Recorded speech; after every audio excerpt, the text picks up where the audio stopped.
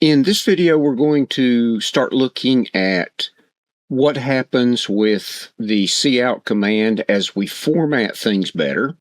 And I've got three variables. I've got a number that's an integer, I've got a double, and I've got a string. And I've got a cout that says to output the contents of the variable name as well as the contents of the variable num2, which is the double. And if I run this, then what I'm going to see is the output, and it's got the name, it's got the float, but they run together. There's no spacing in between, so they don't look very good. Well, I can fix that in a couple of ways. I could, after the name, I could put just a couple of spaces here inside of quotes, run that, and it would space the information. But I have to have a good idea of how the spacing is going to work and things. So let's go in and let's tell it that we need a specific width for it. Now, I need to go and make sure that the IO manip library is included or added if it's not. And it is. The IO manip library gives me access to a number of ways of manipulating the output, formatting and such. So let's first use the set width. And so I'm going to say cout. And the set width is not persistent. And it's set W. And then a spacing. And I'm going to say 12. And then you have your piping symbol and then the variable you want to output, or it could be a string in quotes, name. And if I want to output something out from it, then I have to do another set width. And let's do an 8.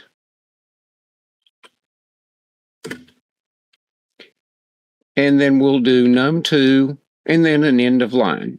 Let's see what that looks like. And okay. Got spacing in between. Billy Bob is not at the left now. It's spaced over. The 109.4 is also spaced over. That 12 characters in this case, from the B and Bob all the way back to the left margin is your 12 characters. Then the 8 characters is from just past the B and Bob to the end of the 109.4. If I don't tell it anything different, the default is it's going to right justify or right align that information.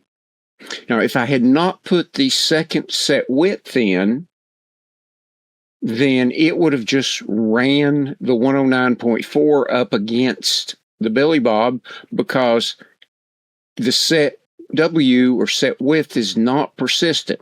It only applies to the next thing that's output. I can go in and if I say fixed, or before I do fixed, let's do left.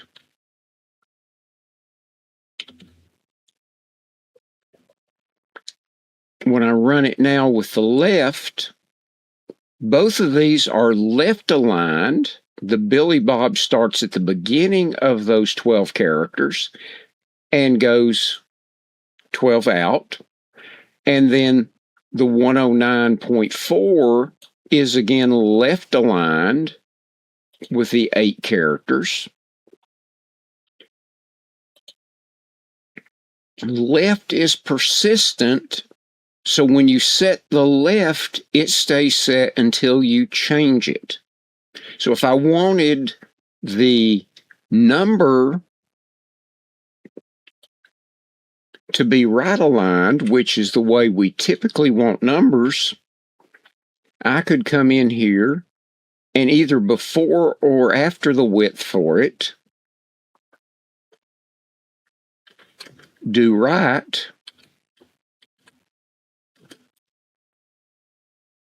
and this will right align that number. So the Billy Bob's left aligned, right aligned. Now the next thing I output will be right aligned. Now the floating point number right now is showing at 109.4. Another thing I can do is say fixed.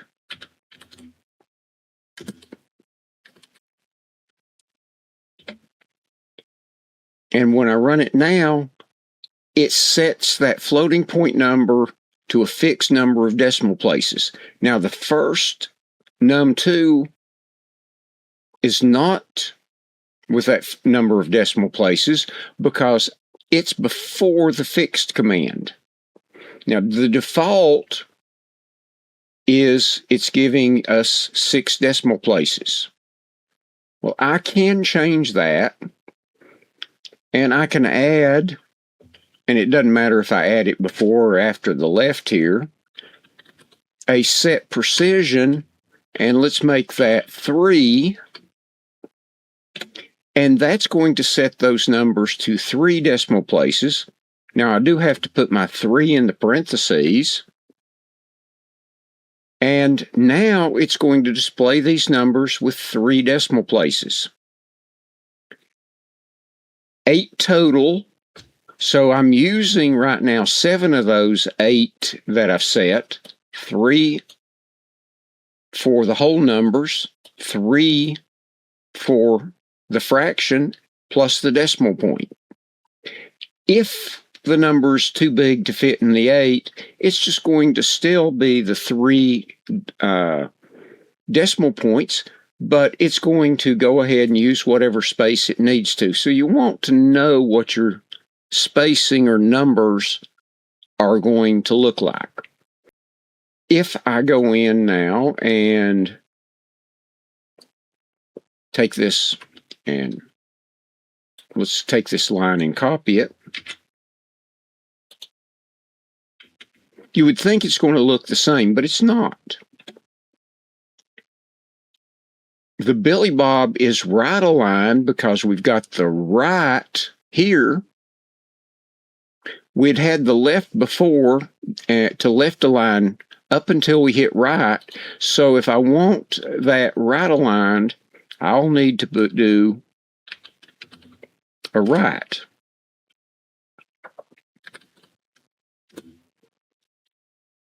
Now it will right align the name, and I'm sorry, I said right, I meant left. Now it will left align the name and right align the number, which is typically the way we want things to look. This will allow us to space things out, and if we have a table, get all the decimals to align. I'm going to make one change, and I'm going to say cout, and instead of the fixed, I'm going to say scientific.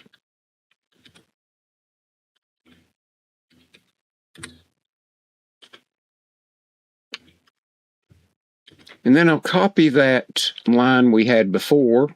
Well, I'll go and add my left.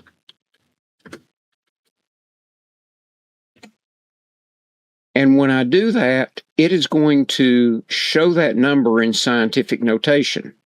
Well, the 8 characters is really not enough to do it in scientific notation. So let me change all these 8s to 10. And that may be enough space.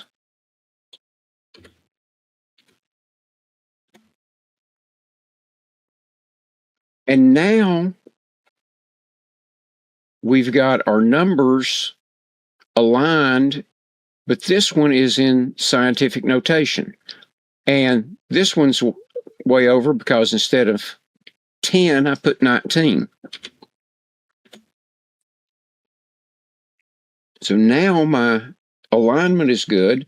This is scientific notation, so it says 1.094 times 10 raised to the second power. And scientific notation is used a lot when you need very, very large and very, very small numbers. Things like Avogadro's number, 6.02 times 10 to the 23rd, that you probably learned in high school chemistry.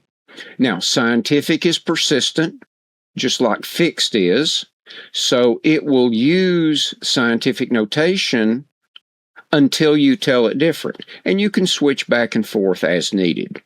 So there are the commands that allow us to take the cout command and format our output to make it look nice, look good, make it very readable. And if your data output is not readable, it's going to make it hard for the user to understand. Now, if you're enjoying these videos, please like and subscribe.